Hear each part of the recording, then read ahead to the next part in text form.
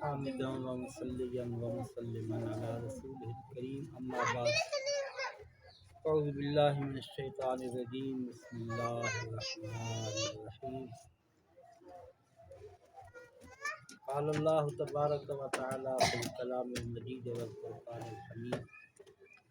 أعوذ بالله من الشيطان الرجيم بسم الله الرحمن الرحيم وقضى ربك ألا تعبدوا إلا إياه وبالوالدين إحسانا إما يبلغن عندك الكبر أحدهما أو كلاهما فلا تقل لهما أف ولا تنهرهما وقل لهما قولا كريما صدق الله مولانا العظيم قال الله تعالى في كلامه يا أيتها النفس المطمئنة ارجعي إلى ربك راضية مرضية فادخلی فی عبادی وادخلی جنتی مولا صلی وسلم دائما ابدا علی حبیبک خیر الخلق کلہم هو الحبیب الذی ترجى شفاعته لكل هول من الاحوال مستحيل فاق النبیین فی خلق وفی خلق ولم یدانوه فی علم ولا کرم مولا صلی وسلم دائما ابدا علی حبیبک خیر الخلق کلہم۔ اللہ رب العالمین جل وعلا شانہ کے فضل و احسان سے حضور سید دو عالم صلی اللہ تعالی علیہ وبارک وسلم کی نگاہ رحمت سے اللہ نے ہمیں جو انعام، جو فضل، جو کرامت، جو احسان فرمایا ہے، ہمیں اپنے محبوب نبی صلی اللہ علیہ وسلم کی امت سے پیدا فرمایا۔ یہ ایک الگ بہت طویل گفتگو درکار ہے۔ اگر انسان پوری زندگی اس نعمت کا شکر ادا کرنے میں لگا دے تب بھی کم ہے کہ اللہ نے اپنے محبوب کا بھی ذکر کیا،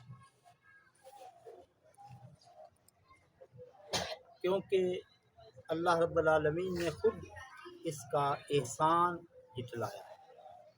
لقد من اللہ علی المؤمنین فرماتا ہے، نعمتیں اس کی بے شمار ہیں لیکن یہ وہ نعمت عظمیٰ ہے جس پہ خالق کو بھی خود ناز ہے۔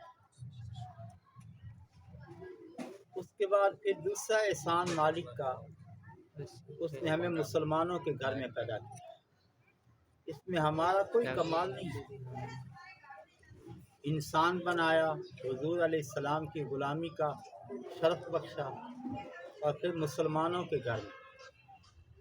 حضرت سیدنا بایزید بسطامی رحمۃ اللہ تعالی علیہ جا رہے تھے، راستے میں کتا بھونکا، بایزید بسطامی رونے لگ گئے۔ صاحبوں نے پوچھا حضرت کیا ہوا؟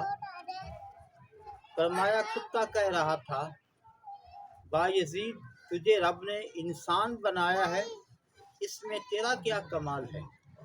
مجھے کتا بنایا ہے، اس میں میرا کیا قصور ہے؟ یہ اللہ کا احسان ہے نا کہ انسان بنایا، پھر حضور علیہ السلام کو امتی بنایا، پھر مسلمانوں کے گھر میں۔ اب اس کے بعد